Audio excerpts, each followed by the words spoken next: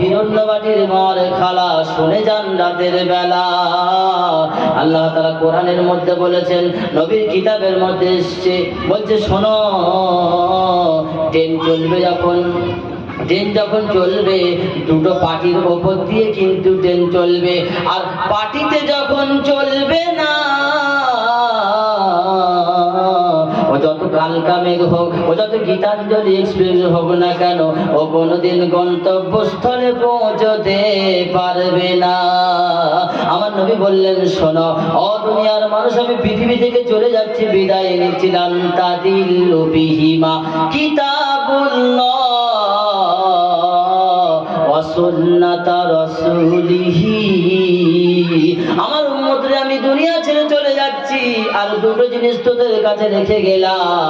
একটা হলো বিহিমা কিতাবুল্লাহ আর সুন্নাতা রাসূলিহি, একটা হলো আমার আল্লাহর কিতাব আর